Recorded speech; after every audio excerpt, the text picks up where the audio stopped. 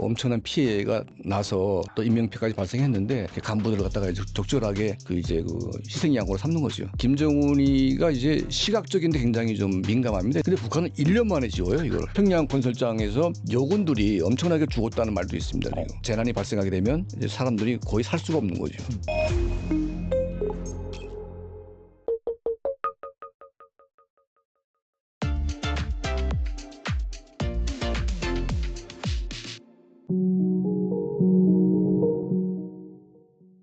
강철환 대표님 모셨습니다. 안녕하세요. 안녕하십니까? 예, 또 대표님 모시고 또 이 북한 이슈에 대해서 한번 살펴보도록 할 텐데요. 최근에 우리나라의 비가 상당히 좀 많이 내렸습니다. 그러면서 뭐 수해에 뭐 피해 현장도 뭐 많이 보도가 됐고 우리나라도 힘들었는데 이게 한반도에 비가 내리다 보니까 분명히 우리나라뿐만 아니라 북한도 좀 많이 내렸을 것 같은데 최근에 보니까 조선중앙방송은 평양시를 비롯한 여러 지역에 시간당 뭐 70mm 정도의 많은 비가 내릴 것이다. 뭐 이렇게 폭우주의 경보를 내리기도 했거든요. 이 북한의 피해는 실제 어느 정도일지 궁금하네요. 8월 한 13일부터 15일 사이에 그 작년 같은 경우에는 신의주 그 압록강 부근에 상당한 비가 내려가지고 그때 난리 났었죠. 그때 이제 뭐 범람했지 않습니까? 그래서 뭐 김정은이 뭐 보트 타고 막 그렇게 다니면서 좀 상당히 이제 이슈화 됐고 또 그때는 이제 뭐 이재민들 막 평양까지 막 데리고 와가지고 막 애들 막 챙겨주고 뭐 그렇게 했었는데 근데 올해도 이제 압록강 범람 같은 그런 대규모는 아니지만 몇 개 지역이 엄청난 비가 쏟아져서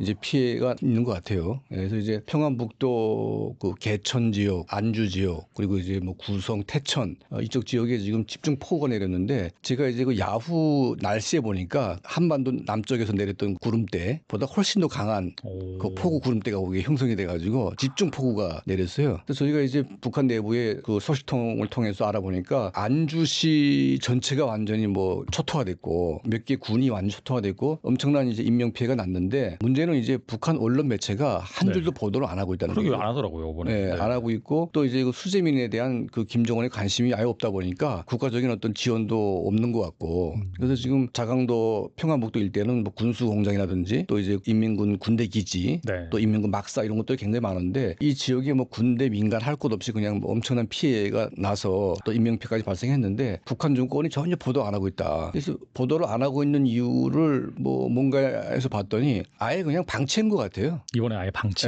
방치해가지고 그냥 그 해당 군에서 도에서 그냥 알아서 해라. 뭐 이런 식으로 이제 그러니까 국가의 돈이 아예 없는 거죠. 그리고 뭐 지원한 이력도 없고 그러다 보니까 지금 뭐 사망자 숫자도 지금 제대로 파악이 안 되고 있고 너무나 많은 사람들이 죽어가지고 그리고 이제 뭐 지방이다 보니까 이제 건물이나 이런 것들이 굉장히 좀 이렇게 열악하죠. 그러니까 비가 너무 많이 내리면 집이 이제 무너지는 뭐 그런 이제 사태까지 발생하니까 그래서 지금 뭐 작년에 이어서 올해도 지금 엄청난 피해가 났고 그리고 이제 한반도의 기후 뭐 특히 뭐 전 지구적인 어떤 현상이긴 한데 이렇게 비가 이제 어떤 특정 지역에 집중적으로 막 이렇게 폭우가 내려가지고 이제 상당한 이제 피해가 되는데 북한 지역은 이제 그 특히 이제 홍수 피해에 좀 취약한 부분이 많습니다. 예를 들면 이제 나무가 없기 때문에 우리 대한민국은 나무가 좀 꽤 많아가지고 일정한 정도의 비는 산이 이제 다 이제 좀 흡수를 하고 그러니까 서서히 이제 물이 불어나는데 북한은 비가 내리는 즉시 그냥 물이 그냥 불어납니다. 그러니까. 거기는 뭐 나무 다 베어가지고 나무가 민둥산이잖아요, 진짜. 민둥산이기도 하고 또 이제 치산치수를 거의 안 했거든요.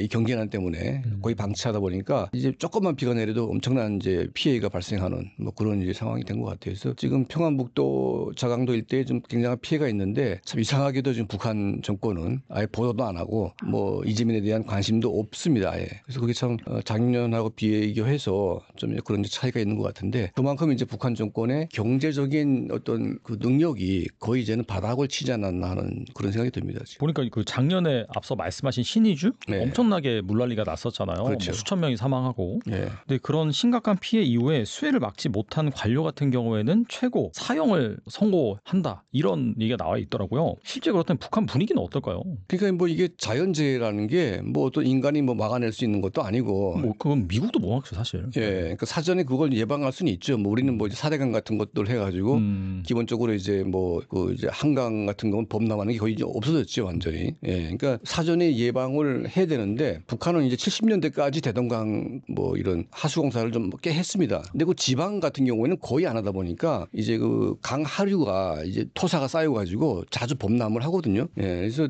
이런 거 예방하고 그리고 이제 지방 관리들의 책임 같은 경우에는 그러니까 이 폭우 예보가 있는데 사전에 어떤 그런 조치를 안 취하고 좀 태만하게 할 경우도 있죠. 네. 예, 그러니까 이제 뭐 저기 상류 지역에서 지금 폭우가 내려와가지고 비가 내려오고 있는데 물이 오고 있는데 이걸 하류 지역에 제때 알리지 않고 방치한 경우 이건 이제 노골적인 어떤 책임 소지가 되니까 그러니까 그런 경우는 좀 이제 처벌하겠다 뭐 그런 것 같아요. 근데 아무래도 민심이 흉흉해지고 막 그 사람이 많이 죽다 보게 되면 이거를 자연재해이긴 하지만 민심을 돌리기 위해서 간부들을 약간 희생양으로 삼아서 몇 사람을 이제 죽이는 방식으로 이렇게 처리를 하는 경우가 있습니다. 예, 그러니까 이제 자연재해 때문에 사람을 죽일 때는 이제 민심 동향을 잡기 위해서 몇 사람을 이렇게 희생시키는 방향으로. 그러니까 아무튼간에 뭔가 희생을 치러야지 그 민심이 좀 가라앉을 수 그렇죠. 있으니까 누군가 대가를 또 치러야 되니까. 그렇죠. 예. 그러니까 항상 이제 뭐 이렇게 뭐 그 사람이 많이 죽거나 뭐 피해가 나게 되면 국가가 제때 그거를 보상해주고 뭔가 지원을 해줘야 되는데 이게 안 되고 있잖아요. 그러면 이 민심이 이제 김정은 정권에게 바로 이제 갈 수 있기 때문에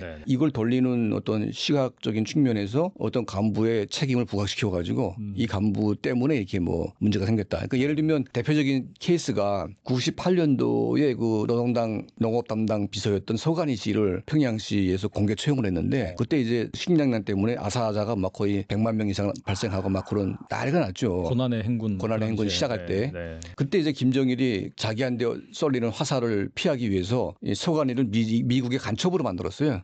만들어 가지고 이제 당의 농업 정책을 아주 겸허하게 말아먹어서 이자 때문에 농사가 이제 망했다는 식으로 다 뒤집어 씌운 거죠. 그리고 이제 2009년도인가 그 박남기 노동당 그 재정기획부장 이 사람을 소형시켰는데 그때 이제 화폐 개혁을 이제 김정일이하고 김정은이 같이 했어요 그때. 근데 화폐 개혁을 이게 뭐 하도 이제 국가의 돈이 막 고갈되고 상인들한테 돈이 이제 있다 보니까 이 상인들 돈을 뺏으려고 화폐 개혁을 해가지고 다 몰수하다시피 했는데 이 화폐 개혁 때문에 이제 북한 전체가 완전히 마비가 됐거든요. 그리고 막 사람들이 분노가 막 엄청나게 끓어올랐는데 이거는 북한 정권도 예상하지 못했던 그런 거여서 그때 이제 그 대가로 이제 박남기라는 사람을 이제 거의 나이가 80대 뭐 중반 되는 그 할아버지인데 이분에게 다 뒤집어 씌워가지고 총살시키고 근데 그것도 안 돼가지고 북한 역사상 처음으로 인민보안성 그때 뭐 경찰 총수가 북한 그 이제 인민들에게 사과하는 뭐 그런 일까지 발생했거든요. 그러니까 항상 북한은 이제 워낙 민심이 취약하고 거기도 이제 뭐 통제를 강화하고 뭐 억압을 한다고 하지만 민심을 굉장히 북한도 이제 세밀하게 봅니다 이게. 그리고 이제 자칫하면 폭발하기 때문에 이걸 잠재우기 위해서 끊임없이 어떤 그런 이제 겸허한 술수를 갖다 써가지고 이제 민간인들 갖다 이렇게 간부들을 갖다가 이제 적절하게 그 이제 그 희생양으로 삼는 거죠. 참 안타까운 일이 지금도 일어나고 있다라는 사실이 참 정말 안타깝네요. 그리고 최근 평양 주요 상징 건물의 붕괴 우려, 아파트 균열 등 대규모 인프라 문제까지 겹치면서 평양이 무너지고 있다라는 평가까지 나옵니다. 김정은의 이 리더십 취약과 관리 부실이 이 주민 전체 삶과 이 체제 안정에 미치는 영향 어떻게 보시나요? 그 사실 그 아파트 건설 같은 경우에는 이제 수도라든지 그리고 전기라든지 이런 능력을 다 감안해서 이제 아파트를 설계하고 이제 그게 충분히 가능해야 이제 뭐 만들어지는 것인데 북한 같은 경우에는 이제 전기가 굉장히 부족하지 않습니까? 그리고 이제 그 수도 상수도 능력도 떨어져요 굉장히. 그 아파트를 그렇게 많이 지을 수가 없습니다 북한은 지금. 그런데 이제 김정은 정권 들어와가지고 김정은이가 이제 시각적인데 굉장히 좀 민감합니다 이 사람이. 보여지는 거 막 이런 거. 있어 보이는 거. 그러니까 뭔가 이제 화려하게 보이고 뭔가 이제 있어 보이고 본 건 있잖아요 이 사람이. 그렇죠. 유학파니까. 유럽에 가서 유럽을 쭉 봤으니까. 그러니까 이제 북한은 약간 유럽 형식으로 이제 뭔가 만들고 싶은 또 뉴욕 같은 도시도 굉장히 멋있으니까 뉴욕의 맨해튼 같은 이제 그런 이제 약간 상상을 하고 있는데 평양의 아파트가 그러니까 자기 아버지 김정일은 그런데 관심이 없었어요. 그러니까 상징물은 이제 몇 개 씌웠지만 이 건물 아파트 같은 경우는 별로 이렇게 관심이 없다 보니까 안 지었는데 김정은 들어와 가지고 초고층 아파트들을 이제 대규모로 짓기 시작했죠. 그래서 이제 이게 그 아파트를 지을 때 과연 북한 그 건설 설계 그 능력이 이 초고층 아파트를 지을 수 있는 그런 능력이 되냐. 그래서 아마 안 돼가지고 중국에서 아마 좀 이렇게 기술자들 데려와가지고 설계를 한 것 같아요. 근데 문제는 이제 그 아파트를 건설할 때 뭐 한 3년, 4년 뭐 그렇게 5년까지 걸리지 않습니까? 이게 보통 아파트 짓는데. 근데 북한은 1년 만에 지어요, 이거를. 대부분 아파트 1년입니다, 이게. 그리고 이제 김정은이가 언제까지 지어라고 딱 지시를 내리게 되면 그냥 그날까지 지어야 되는 거죠, 이게. 못 지으면 이제 간부들이 또 총살장으로 이제 사형장으로 가기 때문에 그래서 이제 이걸 기한 맞추느라고 막 난리 공사를 할 수밖에 없고 또 이제 건설 현장에서 간부들이 뇌물 받고 뭐 이런 돈 챙겨야 되니까 이제 우리를 말하면 순살 아파트 같은 거 있잖아요. 네. 그러니까 뭐 철근 제대로 넣고 네. 또 세멘트 강도를 제대로 하고 그리고 이제 이런 구축에 맞게 하게 되면 남는 게 없지 않습니까? 그래서 북한도 이제 그런 순살 아파트가 굉장히 많습니다, 이게. 그러니까 날림식으로 짓다 보니까. 그래서 이제 대표적인 그 사고가 이제 2014년도에 우리를 말하면 경찰청이죠. 그러니까 북한의 그 사이안전성에서 담당하고 지었던 초고층 아파트가 붕괴가 됐어요. 그러니까 이제 아파트가 다 지어진 상태에서 이제 입주를 한창 하고 있었죠. 근데 다행히도 이제 아침에 이제 붕괴가 됐는데 그 이제 남편들은 다 이제 직장에 나갔고 이제 집에 이제 아내자들하고 이제 아이들만 있었거든요. 그러니까 이제 그 상태에서 아침에 이제 붕괴가 돼가지고 한 600명 이상이 이제 사망했는데 근데 문제는 뭐냐면 우리는 보통 이제 사고가 나게 되면 그러니까 인명 구조부터 먼저 하잖아요, 이게. 그러니까 구조대가 가가지고 이제 그렇죠. 아파트를 분해하고 막 사람을 꺼내야 되는데 맞아요. 네. 그때 이제 김정은이가 새벽에 거기 나갔어요. 나가가지고 딱 보니까 이제 너무 끔찍하니까 그래서 그 하루 만에 다 치워버렸어요, 그냥. 그러니까 뭐 구조도 뭐가 없이 그냥 생존, 치워버렸다. 예, 그냥 그 다음날에 다 치워버리고. 그러니까 이제 사람들이 얼마나 이제 화가 나겠어요. 그래서 그때도 이제 북한 정권이 공식 사과를 했습니다. 근데 그 이후에 이제 그 초고층 아파트들에 뭐 입주를 하는데 문제는 뭐냐면 그 엘리베이터가 올라가다가 정전되면 서버려요. 서가지고 이제 이 엘리베이터가 움직이지 않습니다, 이게. 그래서 사고가 엄청나게 많이 나가지고 그래서 이제 초고층으로 올라가는 건 거의 사망하는 길로 가는 거다. 뭐 이런 식으로 이제 그러다 보니까 우리를 말하면 뭐 초고층 아파트는 좀 비싸잖아요. 이게 올라갈수록. 고층일수록 비싸죠. 네. 네. 근데 북한은 올라갈수록 거의 헐값입니다. 거기 가겠다는 사람이 없어요. 올라갈수록 수도가 안 나오고 엘리베이터 약하고 엘리베이터가 안 되고 그러다 보니까 이제 그 보기만 이제 그냥 삐까번쩍하지 실제 그 살고 있는 북한 사람들의 삶은 정말 이게 말이 안 되는 거죠. 그래서 이제 고층 아파트의 이 상층부는 거의 비어 있다고 그래요, 지금. 비어 있고 이제 약간 중간 아래부터 사람들이 살고 있는데 최근에 이제 그 아파트 곳곳에 지금 균열이 나고 있고 소리가 이상하게 나고 있고 해가지고 이제 아마 몇 개 무너진 것 같긴 한데 북한이 시시하니까 그래서 지금 많은 사람들이 지금 이 평양의 아파트가 뭐 한 10년 내에 다 무너지지 않을까 하는 그런 우려를 가지고 있습니다. 그만큼 심각한 거죠. 근데 뭐 통일되면 사실 평양에 뭐 겉으로 보기에는 좀 이렇게 멀쩡해 보이는 아파트들이 꽤 많은데 이게 쓸만한 게 없을 것 같아요. 다 허물고 다시 지어야 될 이제 그런 상황인 것 같습니다, 보니까. 건설업이 화랑을 맞을 수밖에 없겠네요. 말씀 그렇죠. 들어보니까. 건설, 철강 이게 네네. 뭐 아마 북한이 무너지면 철강하고 건설은 정말 엄청날 것 같습니다. 예. 말씀하시니까 또 얼마 전에 있었던 그 진수식 대참사도 생각이 나고 이게 아예 기한을 정해놓고 뭐 안전이라든지 뭐 품질이라든지 이런 거 전혀 신경 안 쓰고 하다 보니까 이런 뭐 사건 사고가 많이 발생한다 이렇게 볼 수 있네요. 예, 그러니까 지금 최근에 김정은이가 이제 뭐 화성지구 뭐 해가지고 5만 세대 건설을 하고 있거든요. 그러니까 1년에 1만 세대씩 막 짓고 있는데 지금 그 7월부터 이제 지금 8월 막 엄청난 폭염에 지금 막 한반도가 끓고 있지 않습니까? 근데 군인들이나 이제 특히 여군들을 막 내몰아가지고 그 건설 현장에 막 몰아놨는데 거기는 에어컨이 없어요, 아예. 북한에 에어컨이 없습니다, 진짜로. 예, 근데 제가 있을 때만 해도 에어컨이 없어도 살만한 날씨였어요, 그때만 해도. 근데 지금은 이제 평양도 이제 한참 더울 때는 35도까지 올라가거든요. 그러니까 에어컨이 없으면 이제는 사람들이 그 먹지도 못하고 상당히 이제 영양이 안 좋은 상태에서 장시간 이제 그런 고온에 노출되게 되면 아무리 젊은 사람들이라고 해도 쓰러지거든요. 또 실제로 이제 평양 건설장에서 여군들이 엄청나게 죽었다는 말도 있습니다. 예, 그러니까 막 그런 그 건설 현장의 안전 이런 거 생각하지 않고 계속 막 노동을 시키다 보니까 그 사람들이 막 충성심 때문에 막 안 하겠다가 못하고 막 하다가 이제 쓰러져가지고 그대로 죽는. 근데 이제 북한도 이제 그런 환자가 생기면 바로 응급 조치가 들어가야 되고 이게 처리하면 되는데 북한 병원이 그 웅압 시설이 있는 병원이 또 몇 개 없습니다, 지금. 예, 그러니까 이제 중환자가 생기게 되면 이거를 토탈 케어할 수 있는 그런 병원이 없다 보니까 이런 이제 재난이 발생하게 되면 이제 사람들이 거의 살 수가 없는 거죠.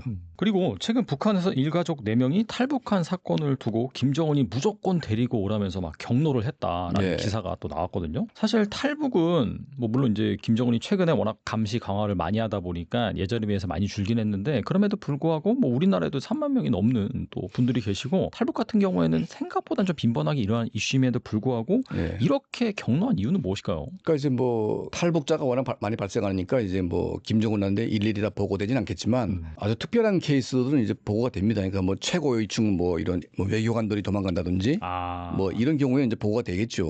그러니까 이건 이슈화가 되고 또 북한 정권에 타격이 되기 때문에 이건 이제 김정은이가 관심을 가지는데 이번 탈북 이제 그런 그 가족 같은 경우에는 아주 특이한 케이스입니다. 이게. 그러니까 이제 압록강을 건너야 되는데 강을 지키는 인민군대 군인들에게 접근해 가지고 이제 뭐 이렇게 먹을 걸 갖다 제공을 했는데 여기 이제 수면제를 대고 탄 거죠. 그런 일이 있었어요. 네. 수면제를 타가지고 이제 그 지키는 이제 그 국경연선 그 2개 분대, 잠깐 이제 그 초소가 몇 개 있는데 2개 초소를 완전히 마비시킨 거죠, 완전히. 그러니까 수면제 먹이니까 거의 12시간을 다 뻗었는데 12시간 동안 이제 이 국경이 완전히 뚫린 거 아닙니까 이게. 그러네요, 진짜. 그렇게 만들어놓고 이제 이 가족이 도망을 갔으니까 이거는 이제 단순 탈북이 아니고 국가 공권력에 대한 어떤 저항, 도전 뭐 이런 걸로 이제 간주가 돼가지고 김정은에게 보고가 됐는데 탈북 이제 가족은 무조건 잡아서 이제 데려와라 이런 지시가 이제 떨어진 거죠. 근데 이제 그 가족이 아직까지 잡히지 않고 있습니다. 지금 그 여러 가지 이유가 있는데 첫 번째는 그 이 가족을 데리고 간 브로커들이 좀 능력이 있거나 굉장히 좀 이제 돈을 좀 많이 챙겨가지고 갈 수 있을 가능성이 높고 두 번째는 요즘에 중국은 다 이제 뭐 CCTV가 다 돼 있고 또 이제 안면 인식 기술이 돼 있다 보니까 세계 최고죠 뭐. 마음만 먹으면 다 잡을 수 있거든요. 근데 중국이 지금 별로 관심이 없어요 이런데. 그러니까 북한이 이제 뭐 살인자니 뭐니 막 뒤집어 씌워가지고 이 사람들을 잡아야 된다고 막 중국에 이제 요청을 하거든요. 그러니까 과거에는 보통 중국 정부가 이런 전단지를 막 뿌려가지고 수배를 막 합니다 이렇게. 그래서 막 잡히고 했는데 전단지도 안 뿌려주고 아무것도 없습니다 지금. 그러니까 지금 중국이 북한이 뭐 해달라고 그러면 전혀 이제 응하지 않고 있거든요. 그러니까 그만큼 이제 북한과 중국 사이에 그 어떤 관심이 굉장히 좀 멀어지고 있고 서로 지금 화가 나고 있다. 그러니까 이제 7월 27일 날에 김정은이 우이탑이라고 하는 그러니까 중국 인민 해방군이 이제 6.25 전쟁 때 18만 명인가 전사를 했습니다. 거기서 전사를 했는데 그 18만 명을 기리는 그 우이탑을 만들어 놨어요. 그래서 해마다 여기는 무조건 갑니다. 그러니까 중국 대사관도 이제 무조건 이제 거기 참배를 하겠죠. 그러니까 김정은이나 김정일이나 중국이 막 싫고 막 중국한테 화가 나 있어도 이날만큼 무조건 가야 됩니다. 이거는 갔는데 김정은이가 갔어요. 근데 중국 대사가 안 나왔습니다. 그날에 행사를 거부했거든요. 그러니까 이거는 정말 그러니까 많은 이제 북중 간에 어떤 갈등 구조가 있고 둘이 사이가 안 좋다는 거는 다 이미 알고 있는데 이거는 굉장히 좀 너무나 명백한 사건이라서 북한과 중국 간의 관계가 굉장히 안 좋구나 이걸 이제 알 수가 있고 이런 이제 측면에서 보면 이 탈북 가족도 중국 정부가 그걸 방치하고 있는 것이 아닌가. 그러니까 특별히 이 사람들이 뭐 중국에 와서 막 뭐 범죄를 저지르거나 뭐 이런 게 아니면 그냥 이제 좀 그냥 방치하거나 그리고 이제 이 사람들이 중국에 거주하고 싶거나 뭔가 중국에 일을 하고 싶으면 그냥 이제 그 허용까지 하려고 하는 뭐 그런 움직임까지 있다 보니까 지금 이제 탈북하기는 쉽진 않지만 중국에 나가면 거의 잡혀오됐는데 이제는 이제 약간 좀 달라진 것 같은 이제 그런 느낌이 듭니다. 지금. 확실히 중국과 북한의 사이가 좋지 않다 보니까 이런 그렇습니다. 부분에 대해서도 협조가 잘 안 이루어진다라고 볼 수가 있겠고요. 그리고 6월 말 북한은 러시아 파병 북한군 전사자의 유해 소환식으로 추정되는 장면을 좀 공개를 했습니다. 김정은이 보니까 침통한 표정으로 이 관의 인공기를 덮는 모습을 딱 공개를 했는데 현재 러시아로의 추가 파병이 예정된 상황에서 앞으로 더 많은 뭐 전사자라든지 부상자 발생할 수 있잖아요. 이 북한 내부에 타격은 없을까요? 어떻게 보세요? 그러니까 지금 러시아 전쟁에 이제 북한군을 파병할 때 그러니까 처음부터 이제 거짓말을 했죠. 그러니까 이제 뭐 파병한다 말도 안 했고 거의 이제 1년이 지나서 이제 그걸 공개를 하고 있는데 북한군에게는 이제 그냥 뭐 그 훈련하러 간다는 거짓말을 해가지고 이제 끌고 갔는데 사실은 부모한테도 알리지 않고 갔어요. 그러니까 부모도 몰랐습니다. 근데 갑자기 죽었다 그러니까 얼마나 이제 황당하겠습니까? 그러면 이제 국내에서 이제 군사 복무하다가 죽게 되면 당연히 뭐 국가를 위해서 복무하다가 죽었으니까 뭐 보상 같은 거 해달라는 말은 안 하죠. 안 하는데 이제 뭐 원치 않는 전쟁에 나가서 그것도 해외에 나가서 이제 러시아 전쟁에 참전을 했는데 거기서 이제 죽었다고 이제 가정하게 되면 이제 억울하죠. 근데 이제 그냥 전사했다 훈장 주고 뭐 그냥 그거를 처리하려고 그러니까 굉장히 사람들이 지금 분노할 수밖에 없죠. 아무것도 안 주니까. 그래서 지금은 뭐 있냐면 이제 그 병사한테 만약 사망하게 되면 뭐 한 2만 불 준다 그러면 2,000불 정도는 이제 약간 보상금 쿠폰 형식으로 그러니까 달러를 안 주고 쿠폰 형식으로 이제 물건 살 수 있는 쿠폰을 주는 것 같아요. 그러니까 이게 좀 바뀐 건데 초기에는 그것도 안 주다 보니까 사람들이 굉장히 반발을 많이 했고 그래서 이제 일부 전사자 가족 같은 경우에는 자기 자식이 뭐 전쟁에 나가서 죽었음에도 불구하고 뭐 항의하다가 그 가족이 막 추방되거나 뭐 수용소에 끌려가는 뭐 그런 일까지 발생했고요. 그리고 이제 전쟁 초기 때 북한군이 이제 대거 파병해가지고 이 전선에 이게 익숙이 안 된 상태였죠. 그리고 이제 쿠르스크라는 최전방에 이제 파견돼가지고 러시아 군인들이 엄청나게 죽는 상태였습니다 그때. 근데 이제 북한군은 훈련도 안 돼 있고 이제 산악 훈련을 많이 했지만 동안 이제 평야 훈련은 거의 안 돼 있는 상태이다 보니까 그게 이제 막 밀고 나갔고 근데 이제 드론 공격이라든지 이런 것들이 얼마나 무서운지 몰라요. 애들이 안 보이니까. 그러니까 막 나가다가 그냥 이제 사망을 했고 그리고 이제 스톰 섀도우 같은 이제 그런 영국제 미사일 같은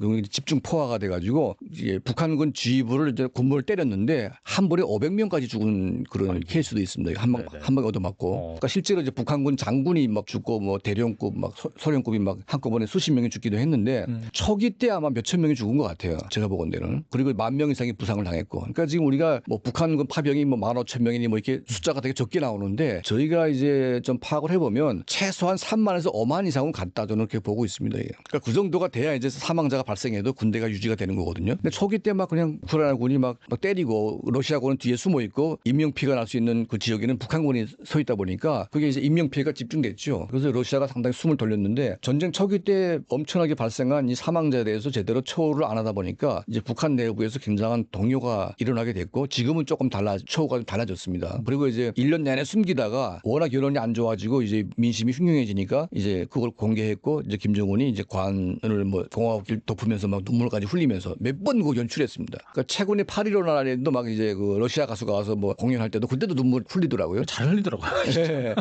그러니까 이제 잘 우는 우울증 걸린 뭐 그런 측면도 있겠지만 그게 이제 그런 감정 표시를 해주면서 군인 가족이나 이제 군인들에게 이제 분노가 좀 쌓여 있는데 이걸 좀 누그러뜨리려고 하는 이제 그런 심리가 있지 않을까 하는 생각이 듭니다 지금. 참 고도로 또 계획된 그런 심리, 전 뭐 이렇게 볼 수가 있겠네요. 그런 건 잘하네요, 진짜. 그렇죠. 예. 그리고 최근 이 북한의 시장 쌀 가격이 킬로그램당 15,000원을 넘어섰다는 소식입니다. 예. 이게 이제 북한 통화 기준이죠, 그죠? 예. 이게 작년 연말만 하더라도 이 킬로그램당 9,000원 정도? 그러니까 그렇죠. 사실상 6,000원 이상, 60% 이상 지금 오른 그런 상황인데 예. 반대로 보면은 북한의 통화 가치가 그만큼 빠르게 하락하고 있다라고 볼 수 있는데요. 네. 여기에 대해서 좀 말씀해 주신다면요. 그러니까 이제 북한의 경제가 이제 완전히 무너지고 있다는 그런 여러 가지 징후들이 나오고 있는데, 이렇게 화폐 기준을 보게 되면 이제 화폐 가치가 이제 폭락하게 되면 그 나라 경제가 완전히 무너지는 거 아니겠습니까? 예. 그러니까 이제 그 원래 1달러에 8,000원이고 쌀 1kg에 8,000원 정도 수준이었습니다. 그리고 이제 한 달 공무원들 그 월급이 8,000원 수준. 예. 이렇게 1달러가 이제 한 달 월급이 이렇게 됐었는데 이제는 그 1달러에 36,000원까지 좀 폭락했습니다.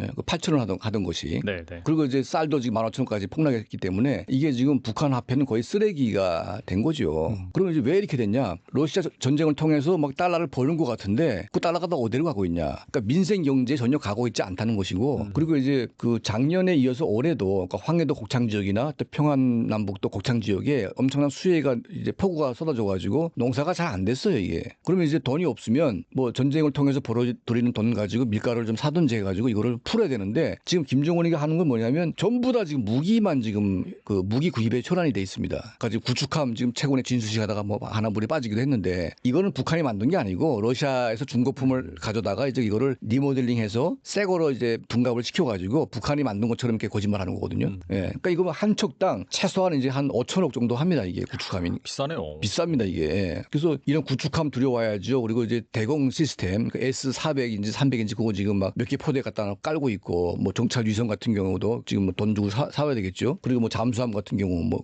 전투기 같은 거 이거 다 사와야 됩니다 지금. 그러니까 여기에 지금 김정은이가 지금 이제 꽂혀 있기 때문에 전쟁에서 지금 많은 돈을 벌리고 있지만 이런 러시아는 지금 그 이 대금을 달러로 주지 않고 전부 다 무기로 갖다 다 대체를 하고 있습니다 이렇게. 그러니까 우리도 옛날에 이제 러시아의 차관을 그 줬는데 그거 못 갚아가지고 러시아가 헬기로 막 준 적이 있지 않습니까? 불금 사업이라고 해서 줬었죠. 예, 전부 다 이제 헬기나 이런 거 갖다 받았는데 이제 그런 거죠. 돈이 없으니까 러시아도. 그러니까 이제 그걸 땡처리를 하는 건데 거의 뭐 헐값으로 주는 건 아니고 상당한 돈을 이제 매기면서 주는 겁니다 지금. 그러다 보니까 전쟁을 통해서 많이 벌고는 있지만 그게 민생용으로 전혀 가지 않고 있고 오히려 민생은 더 악화되고 있는 그런 상황이 된 것 같아요. 그러니까 이제 그 원인은 이제 중국과의 경제 교류가 완전히 스톱됐습니다. 이제 중국에서 상당한 지원도 되고 또 중국과 교류가 확대가 돼야 이 가능한데 지금 김정은 정권은 아파트 건설에 필요한 자재들을 엄청 수입을 하고 있어요. 근데 중국이 지금 또 뭐 했냐면 위안화 결제를 중단시키고 달러 결제를 다 돌려놨어요 지금. 그러니까 지금 북한한테 지금 뭔가 압력을 가하려고 위안화를 못 쓰게 했거든요. 그러니까 달러에 대한 수요가 지금 엄청나게 또 폭증했고 그리고 달러 벌지도 못하고 그러다 보니까 지금 이제 달러 보유량이 굉장히 지금 축소가 됐고 북한 이제 그 환율이 지금 요동치고 있는데 뭐 1달러에 뭐 3만 원까지 올라간다는 거는 이거는 거의 이거는 옛날에 300만 아사할 때도 그렇게 안 갔습니다. 그러니까 지금 북한의 경제 상황이 얼마나 어려운지 지금 단적으로 보여주고 있는 것입니다. 근데 이런 경제의 위기를 방치하고 그 전쟁 특수를 갖다가 전부 다 군사 물자 뭐 군비 경쟁으로만 지금 충당을 한다는 것은 굉장히 위험한 것이죠. 그래서 지금 북한 내부가 지금 우리가 좀 잘 몰라서 그렇지 그 반체제 이런 징후들이 굉장히 많은 것 같아요. 곳곳에 막 낙소가 생기고 막 이 공권력에 대한 구타 뭐 이런 암살 뭐 그리고 이제 이런 폭행들이 막 지금 빈번한 것 같고 왜냐 그럴 수밖에 없어요. 쌀 가격이 갑자기 배로 뛰었는데 그러면 이제 이민들이 굶어 죽을 수밖에 없지 않습니까? 그러니까 뭐 이판사판 내몰리는 이런 북한 사람들이 그냥 뭐 앉아 죽으나 뭐 서서 죽으나 뭐 그냥 한번 화가 나니까 한번 하프라도 한번 하고 죽자. 그러니까 이게 사방에서 막 그런 게 일어나니까 굉장히 지금 북한 내부가 지금 불안정한 상황일 수밖에 없습니다 지금. 근데 지금 이제 가을이 와 가고 있는데 보통 가을만 되면 벌써 쌀값이 떨어져야 되는데 떨어지지 않고 지금 계속 올라가니까 이게 지금 얼마나 심각한지 지금 보여주고 있는 거죠. 예. 그러니까 지금 환율, 그다음에 뭐 이런 쌀 가격 그리고 이제 모든 공산품 가격들이 지금 다 이제 폭등하고 있다 보니까 이게 북한 주민들의 삶이 정말 북한 정권 역사상 가장 최악의 상황이 지금 벌어진 것이 아닌가 이제 그런 생각이 듭니다. 정말 이 중국과 교류가 끊긴 것이 물자 보급이 제대로 안 될 거고 그러다 보니까 당연히 이제 이 물건 값이 희귀해지는 그런 현상이 도미노처럼 지금 일어나고 있네요. 진짜. 그렇습니다. 예. 그리고 언론에 따르면은 러시아가 이 전장에 모자란 무기를 북한, 이란산으로 채우고 있다고 합니다. 아울러 최근 우크라이나 매체는 북한이 러시아의 최대 3만 명에 이르는 군 병력을 우크라이나 전선에 배치했다라고는 관측이 나왔는데 현재 러시아는 이 북한의 인적 물적 자원을 얼만큼 의지하고 있는지 궁금하네요. 그러니까 이제 전쟁 초기 때 이제 뭐 엄청난 물량을 쏟아 부어야 되지 않습니까? 그러니까 러시아도 지금 이제 있는 거 다 쏟아 부었고, 근데 우크라이나 같은 경우에는 미국이 그냥 엄청나게 도와줬죠. 그러니까 거의 대등하게 이제 방어를 했는데 이걸 넘으려면 러시아도 그만큼 소모를 해야 되는데 러시아가 아무리 강대국이고 아무리 뭐 군수 물자가 풍부하다고 해도 이제 미국이 막 밀어주고 유럽이 밀어주는 그런 상황을 대처하려면 이제 엄청난 물량이 이제 소화가 됐는데 이제 전쟁 이제 뭐 한 1년 지나면서부터는 이제 러시아도 굉장한 이제 물자 부족이 일어났고 또 이제 군수 공장이 미처 그걸 대지 못하고 있는 상황이 된 거죠. 그러다 보니까 이제 북한에 손을 내밀었는데 그러니까 이란하고 북한에 이제 뭐 이런 많은 지원을 했고 이란 같은 경우에는 이제 무인기를 많이 보낸 것 같아요.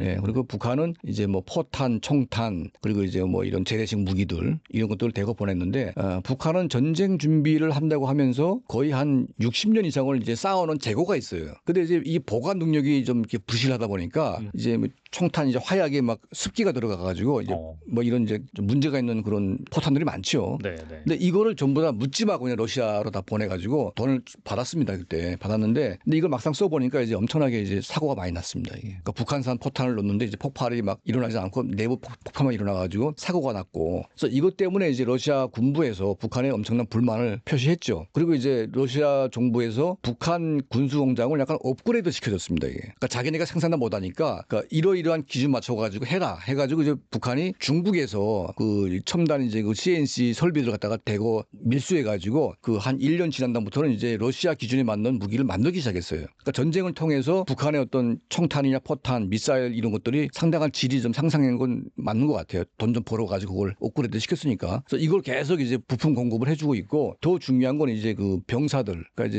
이제 군인들을 갖다 파병하는 것인데 지금 이제 초기 파병을 뭐 15,000명 정도 했다고 12,000명 정도 했다고 하는데 제가 보건대는 초기 한 3만 명 한 것 같고요. 지금은 이제 거의 한 7만 명 정도까지 늘어나지 않았을까 하는 생각이 듭니다. 그리고 이제 전투 병력이 7만 명, 비전투 병력이 7만 명, 한 14만 명 정도가 이제 들어간 것 같고 나머지 7만 명은 이제 공병 부대. 그러니까 이제 쿠르스크나 이제 뭐 돈바스나 이런 지역에는 전쟁이 한창 진행되는 곳이기 때문에 민간인들이 들어갈 수가 없어요. 여기는. 그러니까 이제 공병 부대가 들어가서 그걸 공사를 해야 되는데 러시아가 지금 이제 그 노동 능력이 지금 굉장히 떨어지고 있는 상황이거든요. 그러니까 이제 많은 그 젊은 청년들이 도망가기도 했고 네. 그리고 이제 또 많이 죽기도 했기 때문에 그 이런 노동력이 굉장히 좀 부족합니다. 그래서 이걸 이제 북한이 다 메우고 있는 상태거든요. 그러니까 이제 뭐 전투 병력은 물론이고 비전투 병력까지 다 파견돼 가지고 거의 14만 명 이상이 지금 들어가 가지고 일을 하고 있고 추가로 이제 북한 노동자 한 10만 명이 또 들어가서 일을 하고 있습니다. 그러니까 지금 북한은 있는 이제 쓰레기 같은 군수품을 전부 다 러시아로 넘겨서 팔아먹었고 그 이후에 이제 사람을 대거 이동시켜 가지고 이제 이걸 돕고 있는데 그러니까 돕는 게 아니라 돈벌이를 하는 거죠. 그러니까 러시아는 이제 그런 막대한 인력을 지금 보충받고 이 대가로 이제 현금을 주는 게 아니고 러시아가 가지고 있는 이제 이런 그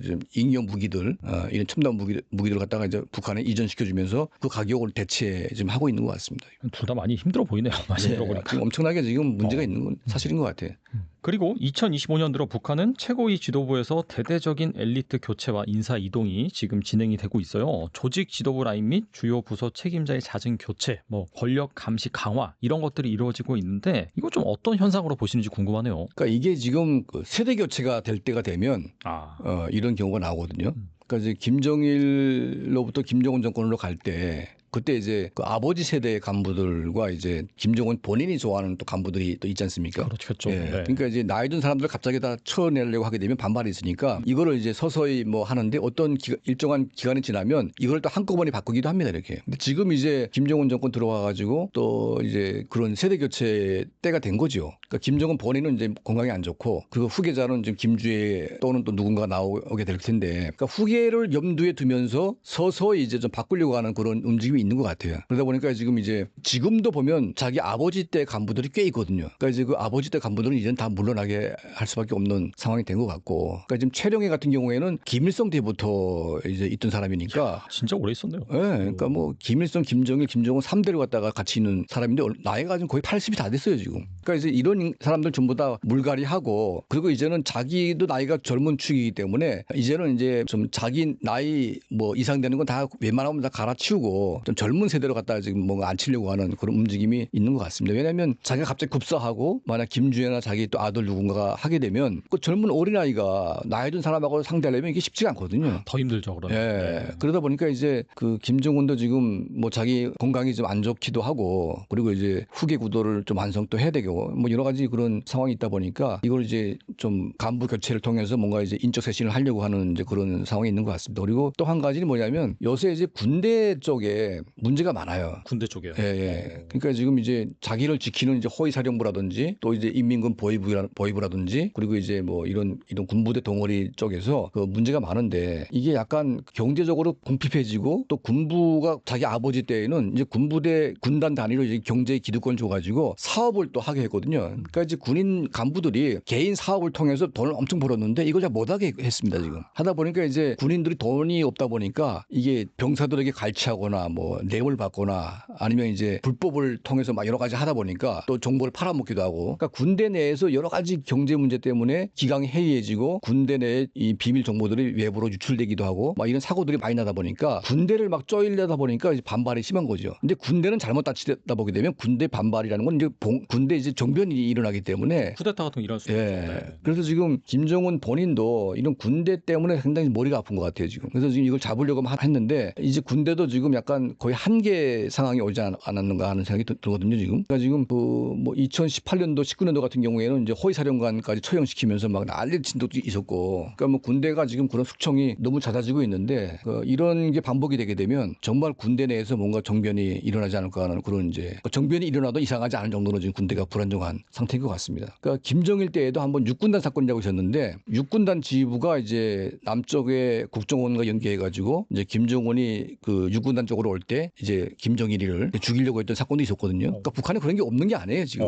예. 그러니까 이제 김정은 시대로 와서 군부에 대한 숙청을 워낙 많이 했기 때문에 군대 내에도 지금 김정은을 죽이고 싶은 그런 이제 분들이 꽤 많죠. 그러다 보니까 지금 군대가 지금 김정은한테는 굉장히 지금 무서운 존재 그리고 이제 관리를 어떻게 해야 될지 지금 모르는 이제 한계점에 지금 오고 있는 그런 상황인 것 같습니다 지금. 그리고 최근 김여정이 우리 정부가 보낸 대북 메시지에 서울에서 어떤 정책 제안이 나오든 흥미가 없다라고 있다라고 밝혔는데 바로 다음 날 이 미국에는 비핵화를 제외한 다른 의제에 대해선 사실상 대화 의지가 있음을 표명을 했거든요. 이 북한의 속내는 무엇일까요, 과연? 그러니까 지금 문재인 정권 중반 지나면서 그때 문재인 대통령께서 이제 평양에 가가지고 연설도 하고 그리고 이제 그때 관계가 좋았죠. 근데 어떤 이유인지 모르겠지만 갑자기 이제 대한민국과는 완전히 손을 긋고 그리고 이제 남북 연락 사무소를 갖다 폭파시키는 그런 이제 퍼포먼스를 하지 않았습니까? 그러니까 우리 정부가 국민 세금으로 지어준 이제 그 연락 사무소를 갖다 폭파한다는 것은 이건 굉장히 모욕적인 일입니다. 이게. 그렇죠. 예. 그러니까 이거는 이제 폭파한다는 건 뭐냐면 문재인 대통령이 평양 가가지고 뭔가 약속을 했을 거예요 아마. 그러니까 연설을 이제 시켰는데 그 대가가 분명히 있겠죠. 근데 약속을 안 지켰거나 뭔가 이제 불편하니까 이제 그걸 화풀이를 좀 했다고 보고 있는데 그때 이제 뭐 공연단이 가가지고 평양에서 공연도 하고 여러 가지 이제 이런 관계 개선을 하려고 했는데 그때 북한 내부에서 이상 징후를 발견합니다. 이게. 그러니까 북한 청년들 특히 젊은 사람들 중심으로 남쪽에 대한 열망이 워낙 강하게 지금 표출이 되는 겁니다. 이게. 그리고 이제 모든 문제의 해결의 정점은 한국과의 통합입니다. 이게 북한 주민들이 생각하기에. 그러니까 이제는 김정은 정권을 믿거나 김정은 정권을 따라가다가는 이제 쫄딱 망할 수밖에 없는 상황이기 때문에 이걸 벗어나려면 한국하고 통일해가지고 독일처럼 뭔가 한국의 도움 받아가지고 그렇게 가는 수밖에 없겠다는 이제 결론을 이제 북한 이민들이 내린 거죠. 그러니까 이제 한국하고 조금만 뭔가 하게 되면 전부 다 한국에 대한 기대감, 한국에 대한 뭔가 숭배까지 막 이렇게 일어나다 보니까 막 한류 드라마 같은 게 막 창궐하기도 하고 그래서 이제 김정은 정권은 한국에서 천만금을 줘도 이제는 한국하고는 안 된다는 걸 깨달았어요. 김정은이가. 그래서 천만금이 이제 나오지도 않아 이제는. 김대중 정부 때만 해도 이제 유엔 제재가 없었기 때문에 그때는 현금을 막 줬죠. 네. 그러니까 만날 때 뭐 5억 달러도 막 주고 하지 않았습니까? 그때는 뭐 돈도 주고 막 했음에도 불구하고 북한이 그때도 위태위태했죠. 근데 이제는 돈을 줄 수가 없습니다. 그러니까 유엔 제재라는 그게 풀리지 않았고 그리고 미국이 다 감시를 하고 있고 돈을 함부로 주다가는 이제 그게 전 세계에 유엔 제재를 당할 수 있기 때문에 돈을 갖다 줄 수도 없습니다. 그리고 북한이 돈도 못 받는데 한국하고 해봤자 남는 게 없잖아요. 그렇죠, 없죠. 체제도 위험하고 뭐 인도주의적인 지원 뭐 쌀 좀 준다고 해서 그게 북한이 해결된 문제도 아닌 것 같고 그러니까 이제 아무리 해봤자 한국하고는 안 되기 때문에 안 하는 게 좋겠다. 이거를 김정은이가 문재인 정권 중기 넘어가면서 그걸 결정을 내렸어요. 그러면서 이제 한 게 뭐냐면 평양에 3대 그 헌장 그 기념 탑이 있습니다. 그러니까 김일성 김정일이가 이제 대남 혁명을 위해서 소위 3대 통일 뭐 이런 그 방침을 만들었는데 이걸 기념하는 이제 그 헌장 이제 탑인데 이걸 폭파시켰어요 완전히 그냥. 그러니까 자기 아버지 할아버지를 갖다 무시하면서까지 남쪽에 대한 미련을 갖다 다 폭파시켜 버렸는데 그런 이유가 있을 거 아닙니까 이게. 그렇죠. 이유가 있겠죠. 예. 네. 그리고 윤석열 정부가 들어왔는데 윤석열 정부는 아예 그냥 북한하고는 상대도 안 했고 그래서 압박으로 가지 않았습니까? 그러니까 이거는 문재인 정부부터 윤석열 정부까지 이건 똑같은 거예요 북한은 그냥.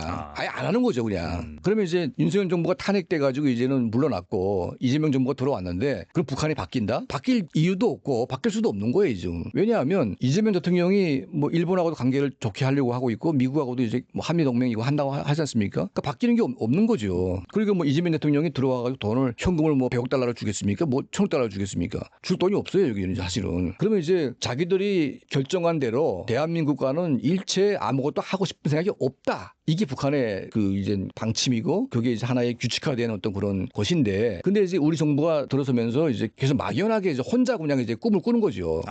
짝사랑이에요, 짝사랑. 짝사랑. 문재인 시즌 2가 된 겁니다 이게. 그러니까 북한은 이제 끝났는데 계속 뭔가 뭐 대화하자, 뭐 평화하자 그러는데 북한은 관심이 전혀 없어요 이게. 그러면 이제 어민들이 막 그 재난 그 표류해가지고 한국에 몇 명 왔습니다. 왔는데 얘들은 북한에 가겠다고 했어요. 그래서 우리는 보내자고 하는데 북한이 반응이 없습니다.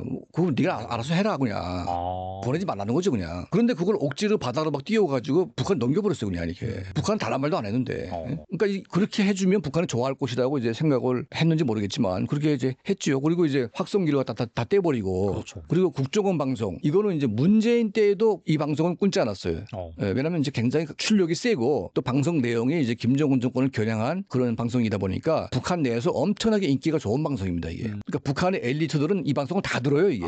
왜냐하면 김정은이를 시원하게 욕을 하니까. 그러니까 이제 그거 대리 만족을 하는 거죠. 네. 그러니까 이 방송을 끊어주면 북한이 반응할 것이라고 생각을 했는지 모르겠지만 이게 한 달 만에 그걸 다 없애버렸어요. 끊어버렸습니다. 국정원 방송을. 그러니까 북한이 막 좋아하겠지 이렇게 했는데 북한은 좋아하지도 않아요 이거를. 그럼 뭐 이미 끊었어야 되는 걸 왜 뭐 끊어가지고 생생내고 있냐 뭐 이런 식으로 지금 우리를 핀잔 주고 있고 대북 확성기를 우리가 철거를 하지 않았습니까? 그러면서 이제 북한이 우리의 철거에 대응해가지고 북한도 철거했다고 주장을 했는데 김여정이가 나와서 무슨 말을 했냐면 우린 철거한 적이 없다. 거짓말 하지 말아라. 거꾸로 이렇게 주장을 했습니다. 그러니까 완전 망신살을 당한 거죠. 그러니까 북한은 확성기를 다 그대로 설치한 채로 있고 언제든지 남쪽에 대해서 뭔가 하겠다는 준비를 하고 있는 거죠. 이게 정상 국가의 모습입니다. 사실은 이게. 우리는 이제 뭐 평화도 없고 다 좋지만 이미 두 국가는 한 국가가 한 국가에 대해서 병합을 하거나 통합을 하거나 흡수를 하거나 침략을 하거나 해서 하나가 되는 구조로 돼 있는 것이지 영원히 두 개로 남는 구조는 있을 수가 없어요. 한반도는. 그렇지 않습니까 이게. 그리고 이제 우리 대한민국 국민들은 통일에 대한 열망이 점점 떨어지고 있지만 북한은 거꾸로예요. 이거는. 북한은 통일로 가야 됩니다. 이 사람들이. 그러니까 모든 북한 주민들은 통일 교육을 워낙 심하게 하기도 했지만 통일밖에는 그들에게 살 길이 없어요. 그렇죠. 답이 없죠. 네. 그러니까 이제 통일 열망은 북한에 더 있는 겁니다. 이게. 근데 이제 그 통일 안 하겠다 그러니까. 그러니까 북한의 모든 열망을 다 끊어버린 상황이 돼버렸으니까 자 그런 상태에서 우리 대한민국이 통일 간두고 평화 정착하자. 그럼 이거는 북한 주민의 열망에 산물을 끼얹는 거죠. 그리고 이제 이재명 대통령께서 이제 뭐 여러 가지 연설을 하시는데 이게 발언을 좀 약간 좀 잘 하셔야 된다 이런 말씀을 제가 드리고 싶은데 이게 말 한마디 한마디가 굉장히 문제가 있을 수가 있거든요. 그러니까 예를 들면 북한 체제를 존중하겠다는 그런 말을 합니다. 근데 그런 말을 할 필요가 없어요. 하면 안 됩니다. 이런 말은. 왜냐하면 이게 북한이라는 시스템은 과거의 히틀러나 이제 그 스탈린 같은 이제 그런 아주 나치즘과 스탈린주의의 복합체 같은 그러니까 뭐 이 강제 수용소 만들어 놓고 70년간 인민들을 완전히 노예화된 그런 이제 이런 정권이기 때문에 이런 정권을 존중한다. 이거는 상식적으로 말도 안 되는 얘기고 북한 정권에 대한 모독인 겁니다. 사실은 이런 말을 한다는 것 자체가 우리가 히틀러 정권을 존중한다. 이거 말이 됩니까 이게? 말이 안 되죠. 말이 안 되지 않습니까 이게?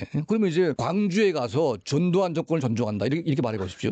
큰일 나죠. 광주민들이 난리 나죠. 네. 말이 되는 얘기입니까 이게? 그 광주에 비교하겠어요? 북한 지금 상황이? 더 심하죠. 거기. 거의 떼죽음 상태인데 광주는 한 번 하고 끝났지만 거기는 계속 지금 사람들이 지금 죽어나가는 상태이기 때문에 그런 사람들 앞에서 그 체제를 존중한다고 그러는 거는 북한 인민들이 굉장히 분노할 수밖에 없는 겁니다 이게. 그리고 북한 인민들 자체가 지금 통일 열망이 훨씬 더 강한 사람들한테 북한이 통일하지 말자고 해서 북한의 노선을 따라간다는 것은 이거는 북한 주민들에게 둥에다가 칼을 꽂는 거죠 이게. 그래서 대통령께서 이런 발언들을 좀 신중하게 해야 된다. 그리고 이제 발언을 할 때 항상 북한 정권이 아니라 그 정권에 의해서 고통받는 북한 동포들에 대해서 메시지를 보내야지. 그 동포들의 심정을 이해하고 동포들의 아픔을 같이 하고 그들의 생활을 개선시키기 위해서 그들의 자유와 민주주의를 위해서 대한민국이 도와주겠다.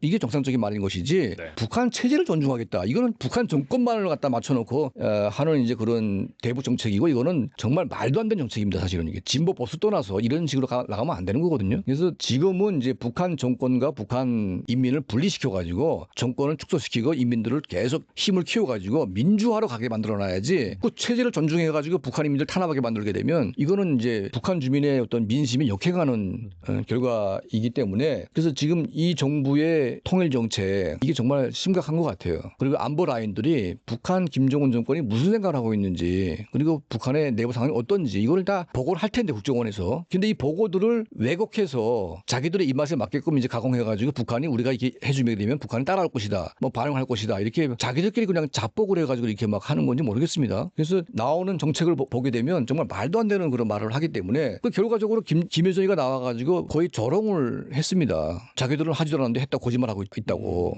이게 무슨 망신입니까 이게 지금? 그리고 미국 한 데는 뭐 대화의 제스처를 보내고 있고 그러니까 미국하고는 해야 되겠죠. 그러니까 대한민국을 뺀 모든 국가는 하려고 할 겁니다. 뭐 일본도 할 것이고 러시아는 더 이제 할 것이고 근데 지금 안 되는 게 뭐냐면 중국하고 한국은 안 돼요.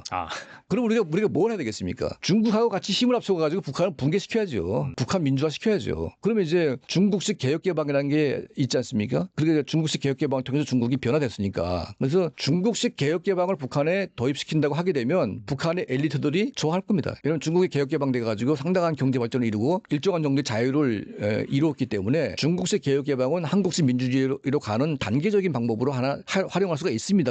그리고 이제 이거를 뭐냐면 중국과 같이 우리 공동으로 중국과 대한민국이 북한의 중국식 개혁이든 한국식 개혁이든 개혁을 합의해가지고 북한에게 압력을 놓게 되면 북한 내부의 민주화 세력, 북한의 경제 어떤 그런 이제 그 엘리트들이 이걸 받아들여가지고 변화할 수 있는 거지요. 그러니까 그런 기회가 온 것 같아요. 구도 자체가. 그래서 지금 저는 개인적으로 중국과의 관계를 개선하되 지금 미중 간의 어떤 그런 갈등 구조가 깊지 않습니까? 그러니까 중국 편에 서라는 게 아니고 중국이 할 수 있는 한반도 정책이 분명 있고 중국이 도와주지 않으면 북한은 변화가 될 수가 없어요. 그래서 중국이 원하는 게 중국식 개혁개방이기 때문에 이 중국식 개혁개방을 한국이 지지해주고 한중이 같이 힘을 합쳐가지고 북한에 개혁개방시켜가지고 경제발전을 시켜주자. 그러면 김정은 정권이 여기 뭐라고 하겠습니까? 할 말이 없는 거죠. 그러니까 뭔가 전략적으로 가능한 정책을 지금 이 진보 정권이기 때문에 중국하고도 뭐 차이가 보수 정권보다 좀 낫죠 아무래도. 그러니까 이런 식으로 좀 중국을 우리가 활용해가지고 북한을 열게 하는데 좀 이렇게 전략적으로 판단해야 되는데 뭐 아무런 전략도 정책도 없이 그냥 북한한테 잘해주게 되면 되면 북한이 뭐 우리한테 화답할 것이다. 뭐 이런 거밖에 없어요 지금. 막연하고 이게 정권 초기부터 뭐 북한 정권에게 조롱당하고 막 그런 이제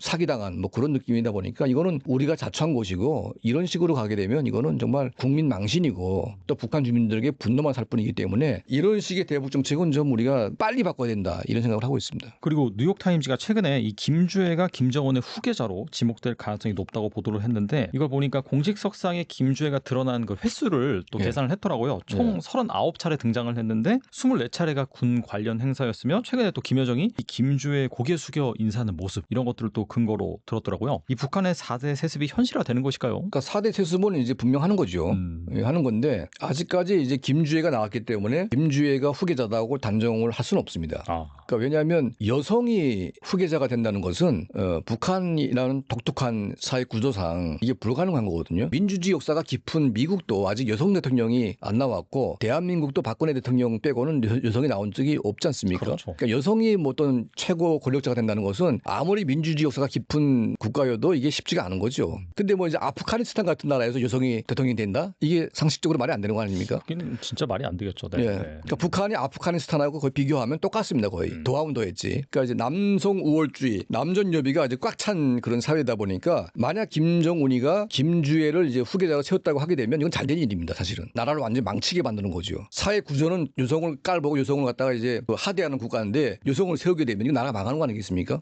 민주주의 전혀 없는 나라에서. 그러니까 뭐 김정은이가 있으니까 김주애가 있고 김여정이도 있고 현성월이도 있는 것이지. 김정은이가 없는 여성들이 무슨 힘이 있을까요? 거기서 아무 힘도 없는 거죠. 그래서 김주애가 뭐 자주 나오고 자주 뭐 공개가 되고 또 김정은 이상으로 이제 막 그런 우대가 되니까 후계자가 될 것이라고 생각하는데 북한 체제 구조상 여자가 되기는 불가능하다. 저는 이렇게 보고 있고요. 그리고 이제 김정은이 나올 때도 보게 되면 후계자라는 것은 약간 신비한 존재가 돼야 됩니다. 처음에는. 그러니까 아무것도 없는 상태이고 콘텐츠도 없잖아요. 그러니까 김주애가 뭐 그게 만약 후계자라고 하게 되면 걔가 한 게 뭐가 있습니까 이게. 아무것도 없고 그냥 김정은 딸로 나와가지고 따라다니면서 그냥 뭐 이런 거밖에 없는데 이게 뭐 업적이 될 수 없잖아요. 신비한 것도 아무것도 없고. 근데 이제 김정은 같은 경우에는 꽁꽁 숨어 있다가 어느 날 갑자기 짠 나와서 아주 신비하게 후계자로 부상이 된 거죠. 그러니까 제 생각에는 김정은의 후계자는 이제 아들일 가능성이 높고 그리고 이제 그 아들은 이제 전격적으로 아마 발표를 할 겁니다. 제 생각에는. 그러면 이제 김주애는 뭐냐면 이제 오랜 국정 경험이나 이런 인지를 통해서 후계자를 갖다가 이제 후견하는 그러니까 도와주는 김여정의 역할을 이제 미리 하라는 이제 그런 그 과정이 아닐까. 그러니까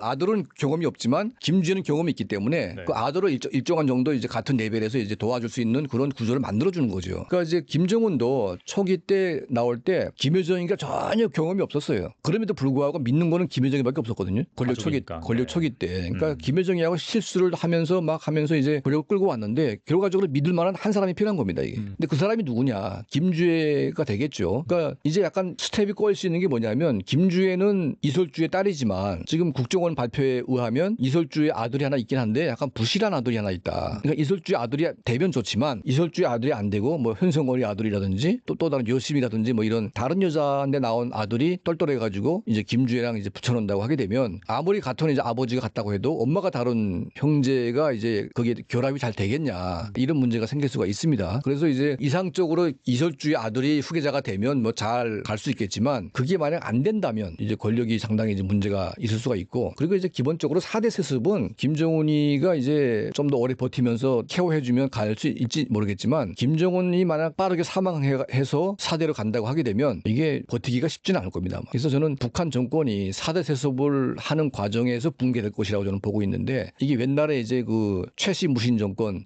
이제 제가 몇 번 얘기한 적이 있는데 최씨 무신 정권이 4대째로 가면서 망했습니다. 이게 4대로 가면서 이제 그 어린 아이한테 권력이 쥐어지면서 이제 붕괴되는 거거든요. 그러니까 지금 김씨 왕조가 가문 정치, 가신 정치가 최씨 무신 정권하고 거의 흡사한 이런 정권이다 보니까 그 정권의 모델을 그대로 갖다 보게 되면 4대째 망했기 때문에 저도 이제 북한의 김씨 정권도 이제 4대로 가는 과정에서 이제 붕괴의 길로 가지 않을까 하는 그런 예측을 해봅니다. 그러니까 이제 여러 가지 좀 그런 징후가 나오고 있어요. 그러니까 이제 그 김정은의 어떤 평균 기대 수명이 지금 짧아지고 있지 않습니까? 그리고 이제 뭐 역술가에 따르면 40대 이후부터는 김정은 사주가 안 나온다. 뭐 그런 말도 나오고 있습니다. 그리고 지금 최근에 김정은 얘기 들어보니까 다시 지금 김정은이가 화를 많이 내고 있다. 그 사람이 이제 화를 많이 낸다는 것은 이게 혈압과도 연계가 되고 있고 정신적인 어떤 그런 문제가 될 수 있거든요. 그래서 이제 광기가 나는 왕들, 그러니까 연산군 같은 경우 연산군 그리고 네로 황제 같은 경우. 그러니까 이제 미쳐가지고 막 돌아가면 이게 빨리 죽습니다. 이거 사실은 이게 맞아 죽거나 뭐 스스로 죽거나. 근데 지금 김정은이가 감정 기복이 또 심해지고 있고 그리고 이제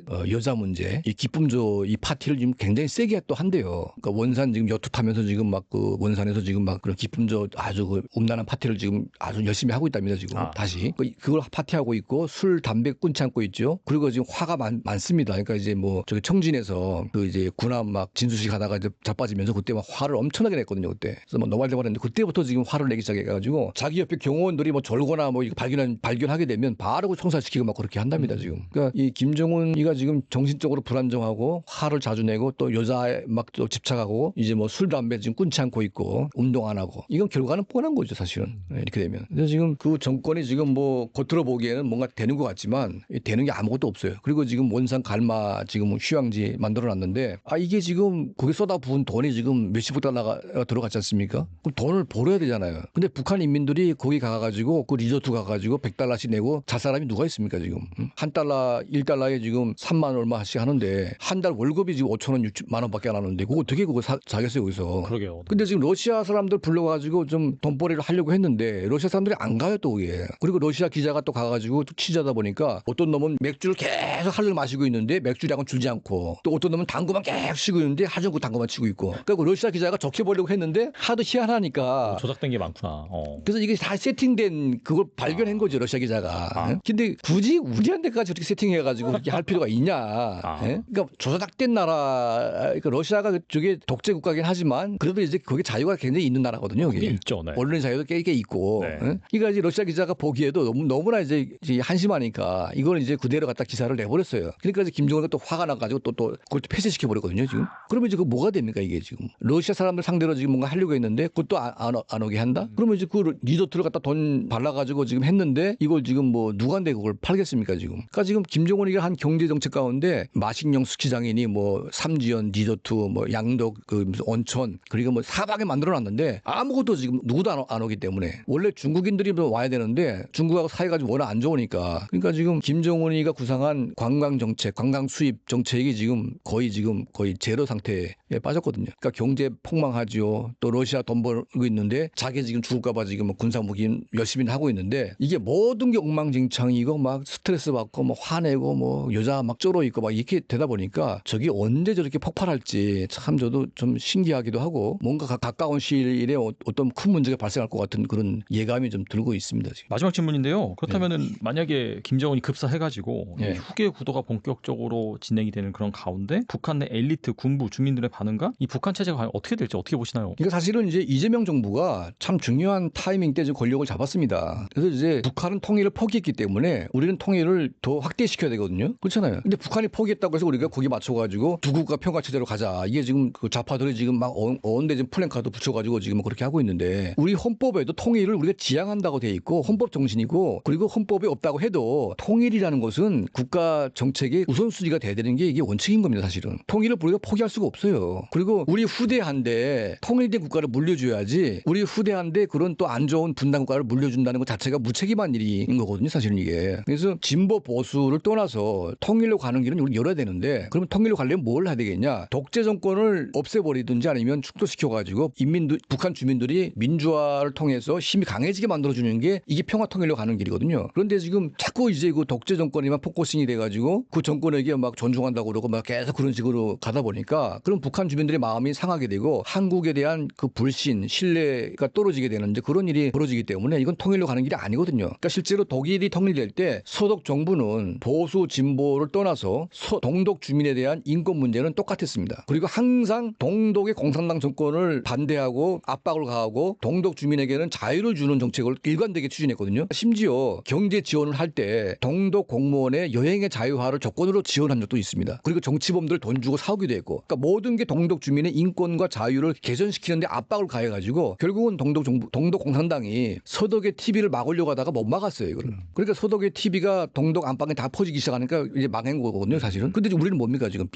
뿌리는 것도 지금 우리가 스스로 안 하겠다고 하고 있고 국정원 라디오도 우리가 안 하겠다고 하고 있고 서독은 거꾸로입니다. 서독의 방송을 동독에게 하기 위해서 압력을 가해가지고 그걸 동독을 포기시켰습니다. 완전히 그걸 막으려고 하는 것을. 근데 우리는 우리가 포기하다 보니까 서독이 했던 통일 정책을 우리는 전혀 안 하고 있는 겁니다 지금. 그러면 이제 이거는 후대에게 그것도 엄청난 짐을 또 넘겨주고 또 넘기고. 그러니까 임종석 씨가 그런 말 하지 않습니까? 통일은 후대가 이제 너나게 하자. 이거 얼마나 양심이 없고 얼마나 무책임한 일입니까 이게. 그걸 왜 우리가 후대한테 넘겨야 됩니까 이게. 그 안 좋은 거를. 보다 좋은 세상과 보다 좋은 나라를 후대에게 넘겨야지. 우리가 분단된 걸 그대로 넘겨가지고 또 후대가 또 고통받게 만드는 그런 이제 그 역사를 갖다 이렇게 하자는 것인데 정말 이거는 말도 안 되는 얘기인 것 같습니다. 그래서 우리 정부가 이제 중요한 타이밍이 왔기 때문에 통일 정책을 정교하게 세워서 북한 주민이 뭘 원하고 있고 북한 주민이 원하는 게 뭔지 그리고 통일의 방향은 북한의 민주화, 자유, 인권, 그다음에 통일 이런 이제 대전제만 우리가 형성이 되면 얼마든지 길이 열려 있기 때문에 그리고 다수의 북한 주민들이 통일을 원하고 있고 대한민국을 짝사랑하고 있기 때문에 통일의 기회는 거의 왔어요 지금. 우리가 어떻게 하는 것에 따라서 이게 빨라질 수도 있고 또 멀어질 수도 있는데 자꾸 이제 통일을 후대에 넘기자는 그런 막말이나 하고 있고 또 북한 체제를 존중한다 이런 쓸데없는 말을 함으로 인해서 북한 주민들에게 자꾸 상처를 주는 또 신뢰를 잃게 하는 이제 그런 일들을 우리가 하게 되면 이게 안 되는 거거든요. 그러니까 대한민국이 잘 돼야 됩니다. 그러니까 뭐 보수든 진보든 올바른 정책을 세워서 북한 주민들이 정말 그 자유롭게 되는 잘 살게 되는 뭐 그런 방향으로 가야지. 어떻게 독재 정권에게 마냥 북한 이민들을 갖다 맡겨놓고 그들의 노예로 갖다가 이제 우리가 살게 하겠습니까? 네, 그래서 김정은 본인도 지금 거의 죽을 때가 된 것 같고 그리고 북한 경제가 우리가 아까 말했다시피 1달러에 36,000원 이게 말이 안 되는 거거든요. 경제는 완전히 붕괴 상태가 됐고 이게 답이 없어요 지금. 그러니까 이런 이제 중요한 시기 때 또 4대 또 세수까지 한다고 그러니까 뭐 잘한 것도 없는데 얼마나 좋은 기회입니까 이게 지금. 그러니까 이런 좋은 기회 때 우리가 반드시 통일로 우리가 이 기회를 만들어 가지고 우리 대에는 통일을 해야 된다. 그리고 우리 다음 세대는 통일될 한반도를 우리가 물려주겠다는 그런 생각을 하고 있어야지 그 후대 세대에게 분단된 국가를 그대로 넘겨줘 가지고 후대에게 고통을 주겠다는 그런 이 발상은 정말 최소한의 양심도 없는 그런 인간들의 발상이라고 저는 보고 있습니다. 그래서 우리 국민들이 통일 한반도를 만드는데 좀 관심을 가지고 우리가 지혜를 모아야 된다 이런 말씀을 좀 드리고 싶습니다. 네,